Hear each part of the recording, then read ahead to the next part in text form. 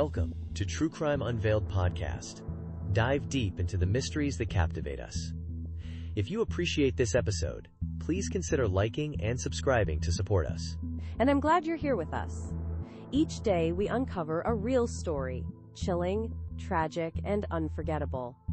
Tonight's case is no exception. February 1957. Philadelphia, Pennsylvania. A quiet, unsuspecting city braced for the arrival of spring. Yet, beneath the surface of normalcy, a chilling discovery awaited. It would haunt the city for decades to come. This is the story of The Boy in the Box, a tale of unanswered questions and enduring mystery. A case that has baffled investigators for generations. I've always been drawn to its complexity. A large cardboard box lay discarded in the undergrowth of Susquehanna Road. Inside, wrapped in a plaid blanket, a small body was hidden from view. A young boy, estimated to be between 4 and 6 years old, lay lifeless. His body was bruised, malnourished, and recently bathed. The scene was both heartbreaking and deeply unsettling. The image alone is enough to send chills down your spine. A discarded child. Unimaginable. The discovery sent shockwaves through the community. Who was this boy? How did he end up abandoned in such a callous manner? These questions gripped the city of Philadelphia and continue to resonate with us today. This is a case shrouded in secrecy, filled with ambiguous clues and dead ends. We will explore the known facts, dissect the various theories, and delve into the enduring mystery surrounding the boy in the box. It's a puzzle with so many missing pieces, yet we'll try to put together what we can. Hopefully shed some new light on this tragic story. The boy's identity remains unknown. His story, however, continues to be told and retold. We'll examine the evidence, analyze the police investigation, and explore the countless theories that have emerged over the years. Join us as we unravel the mystery of the boy in the box, a chilling reminder of a life tragically cut short and a truth yet to be unveiled. It's a case that underscores the fragility of life and the enduring power of mystery. Let's begin. Before the grim discovery, let's paint a picture of Fox Chase in February 1957. Imagine a quiet, residential area on the outskirts of Philadelphia. The winter air was crisp, carrying the scent of wood smoke and damp earth. Children played in the snow-dusted streets after school. Neighbors exchanged friendly greetings. Life moved at a slower pace. It was a community where doors were often left unlocked, a place where people felt safe. The rhythm of daily life was undisturbed. This was a world away from the headlines the boy in the box would soon generate. Can you picture this tranquil setting? It's hard to imagine such a peaceful place could be the backdrop for such a horrific discovery. The contrast is truly chilling. Precisely. This contrast makes the case even more unsettling. The boy, estimated to be between 4 and 6 years old, was found discarded like refuse. His body lay inside a cardboard box. The box originally contained a bassinet. This bassinet was sold by the J.C. Penney department store. The box had been carelessly discarded in a wooded area of Fox Chase. This area was known as a dumping ground. Imagine the stark contrast between the discarded box and the quiet, respectable neighborhood nearby. The image is jarring. It speaks volumes about the callousness of the crime. It's almost as if whoever did this wanted the boy to be found, given the location. That's a theory investigators explored. The box was placed in plain sight. It wasn't hidden deep in the woods. Was it a desperate attempt to ensure the boy wasn't completely forgotten? Or was it a brazen display of disregard for human life? These questions haunted investigators from the start. The boy's hair had recently been cut, possibly after his death. Some strands clung to his body. Others were scattered inside the box. This detail adds another layer of mystery. Was it a clumsy attempt to alter his appearance? Or something else entirely? Those small details are often the most significant. A seemingly insignificant haircut could hold the key. February 1957. Philadelphia braced for a late winter chill. A light dusting of snow coated the city. Life continued its usual rhythm, unaware of the dark secret hidden just beyond the city limits. In Fox Chase, a quiet, semi-rural neighborhood, residents went about their routines. Children walked to school, bundled in their winter coats. Parents prepared for the week ahead. The image of normalcy, however, masked a disturbing reality. A discovery was about to shatter the quiet calm of this community. This discovery would haunt investigators for decades to come. It's unsettling how ordinary everything seems before a tragedy. Exactly. The contrast is striking. On the edge of this ordinary, a cardboard box lay discarded amidst the underbrush.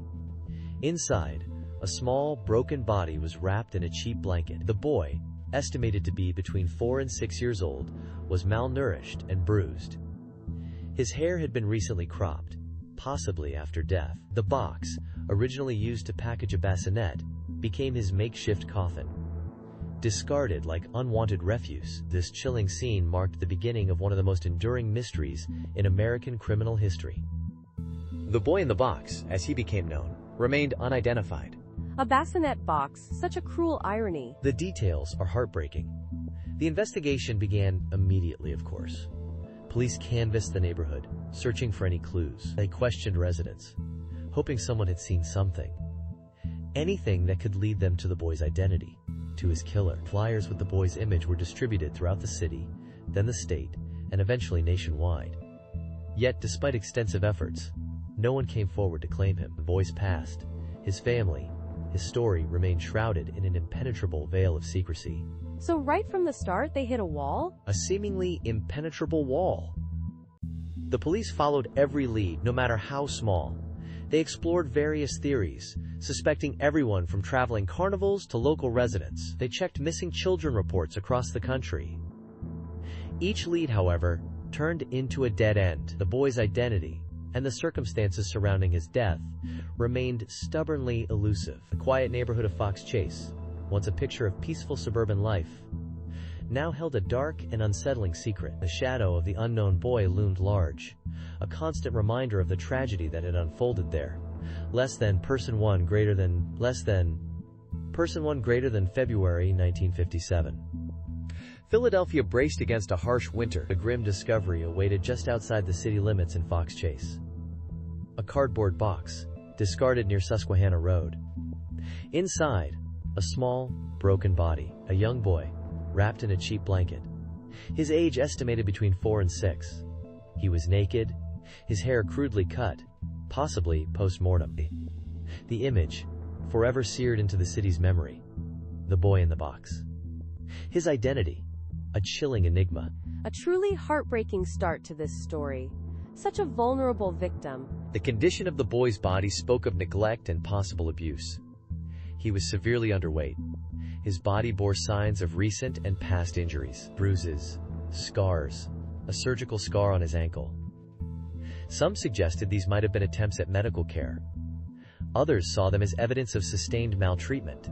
The boy's hair, as I mentioned, had been recently cut. Clumps of it were found in the box, suggesting a hasty, perhaps panicked attempt to alter his appearance. So, signs of both potential care and abuse. A confusing mix of clues. Exactly. The box itself offered few clues. It had originally contained a bassinet, sold by J.C. Penney. Common enough, making tracing its origin difficult. Inside, alongside the boy, a few items. A flannel blanket, also inexpensive and mass-produced. No identifying marks, the lack of personal belongings, of anything uniquely his, further deepened the mystery. Who was this child? And how did he end up abandoned in this way? It seems deliberately designed to make identification impossible. That's one theory, yes. The police immediately launched a massive investigation. They distributed flyers with the boy's image, thousands of copies, across the city and beyond. Newspapers picked up the story. The boy in the box became a national headline. Yet, despite the widespread publicity, no one came forward to claim him. No reports of a missing child matching his description. The investigation stalled, shrouded in a frustrating silence. Person 1 greater than. Person 1 greater than. The discovery of the boy's body sent ripples of fear through Philadelphia. It was February 1957. The city held its breath, wondering who this child was. And who could have done such a thing? The police immediately launched an investigation. They canvassed the neighborhood, searching for any clues. They interviewed residents, hoping someone had seen something. But leads were scarce. The boy remained unidentified. His story remained untold. The mystery deepened with each passing day. The image of the discarded box haunted investigators. It was a stark reminder of the boy's vulnerability and the cruelty of his unknown killer. The case quickly gained national attention. It's hard to imagine the fear that gripped the community. Absolutely. Newspapers across the country picked up the story. The boy in the box became a national symbol of lost innocence. The police distributed flyers with a post-mortem photo of the boy. They hoped someone would recognize him. They followed every lead, no matter how small. The investigation was relentless. Yet, weeks turned into months. Months turned into years. The boy's identity remained a mystery. The case grew cold, but the hope of finding answers never truly faded. The image of the boy, his small body discarded like trash, continued to haunt the city. And the nation. It's truly heartbreaking. Such a young life taken so brutally. The details of the boy's condition were particularly disturbing. He was malnourished. His hair had been recently cut, possibly after death. His body showed signs of abuse. These details fueled public speculation. Theories ranged from a tragic accident to a more sinister act. The lack of clear answers only added to the growing unease. The police considered various possibilities. They explored potential connections to foster homes and orphanages. They investigated reports of missing children, but every lead seemed to hit a dead end. So despite the national attention, the case remained unsolved. Exactly. The boy in the box became a cold case. A chilling reminder of a crime that defied explanation. Years passed. The original investigators retired. New detectives inherited the case. They reviewed the evidence. They re-interviewed witnesses. But the boy's identity remained elusive. The mystery persisted. It became a symbol of the limitations of law enforcement and a testament to the enduring power of hope. Even in the face of such tragedy. Less than / person one greater than. Less than person one greater than. Let's delve deeper into the psychological profile we've been building.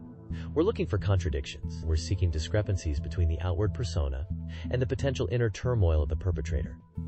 This individual disposed of a child's body with a chilling detachment, yet they also took the time to clean and seemingly care for the boy before abandoning him. This duality is a crucial puzzle piece. It suggests a complex interplay of emotions and motivations. It hints at a potential struggle within the killer's psyche. We need to understand this conflict. It's a baffling contradiction.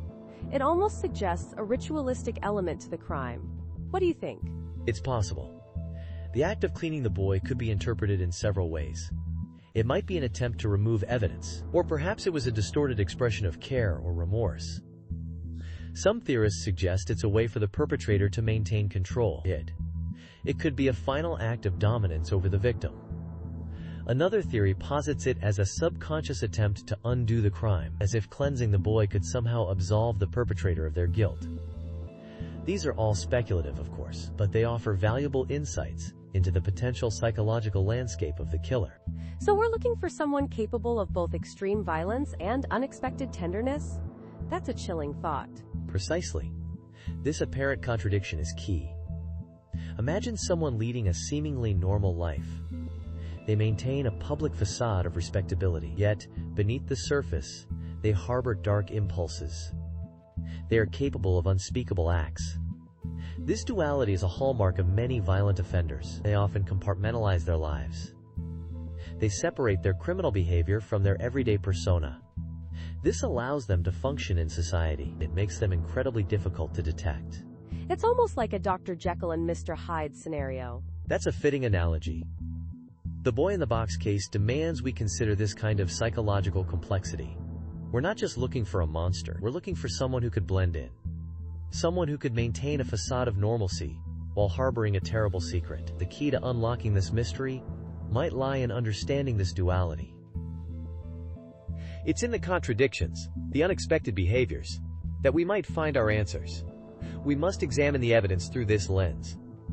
Less than / person one greater than. Less than person one greater than. Investigators pursued numerous leads, but many proved fruitless. One such lead involved a psychic who claimed the boy was buried near a foster home. The location was searched, but nothing was found. Another involved a woman who claimed to have purchased the boy from his parents. This too led nowhere. Each dead end deepened the mystery and frustrated the detectives. The lack of progress weighed heavily on the team. They felt responsible for identifying the boy and bringing his killer to justice. It's heartbreaking to think of all the false hope these leads generated. Absolutely. Adding to the complexity were a series of strange communications. In 1954, a man called a Philadelphia newspaper. He provided details about the case that weren't publicly known. He then abruptly hung up. Police traced the call to a public phone booth but could never identify the caller. Was this a prank? Or did someone have inside knowledge? The unanswered questions fueled speculation. A taunting call like that must have been chilling for investigators. Another unsettling incident involved a postcard received by police. The card contained cryptic messages. It hinted at the boy's identity and possible burial location. The handwriting was analyzed. The leads it provided were followed. However, the message remained undeciphered. The sender's identity remains a mystery to this day. These cryptic messages seem designed to mislead or mock the investigation. In 1998, a renewed effort was made to identify the boy. Detectives exhumed his body for DNA testing. This advanced technology offered a glimmer of hope. They hoped to finally uncover his identity and perhaps find his family. The DNA profile was entered into national databases. However, no matches were found. The mystery of the boy in the box remained unsolved. It's so frustrating that even with modern technology, the answers remained elusive. The enduring mystery surrounding the boy in the box cast a long shadow over Philadelphia. It became a stark reminder of vulnerability and unanswered questions. The image of the unknown child, discarded and alone, resonated deeply within the community. The case tapped into primal fears about child safety. It fostered a sense of unease that lingered for decades. The unknown identity of the boy prevented any sense of closure. This left a wound that refused to heal for many Philadelphians. It's truly heartbreaking to imagine the collective trauma this case inflicted. The impact on the investigators was also profound. Detectives who worked the case carried the weight of the boy's unknown fate. They often revisited the details, hoping for a breakthrough.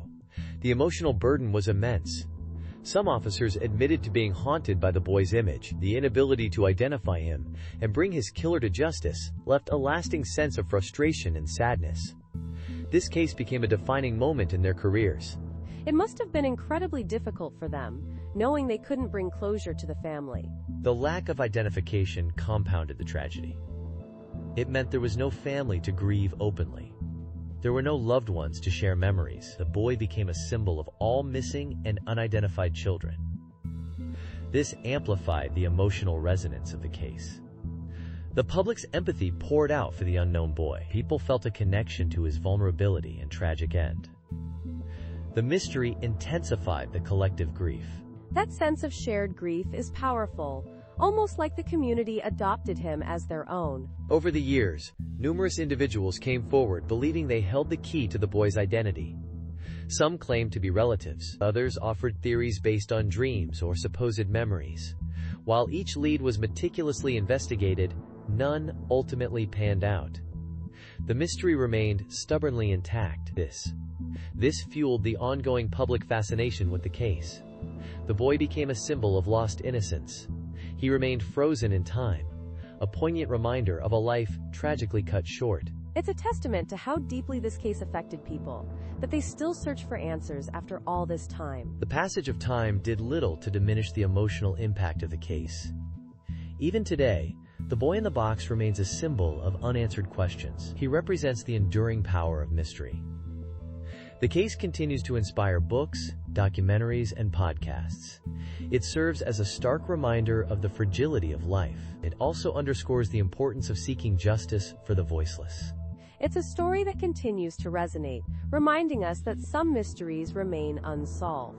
The years blurred, the case growing colder with each passing season. The boy in the box remained nameless.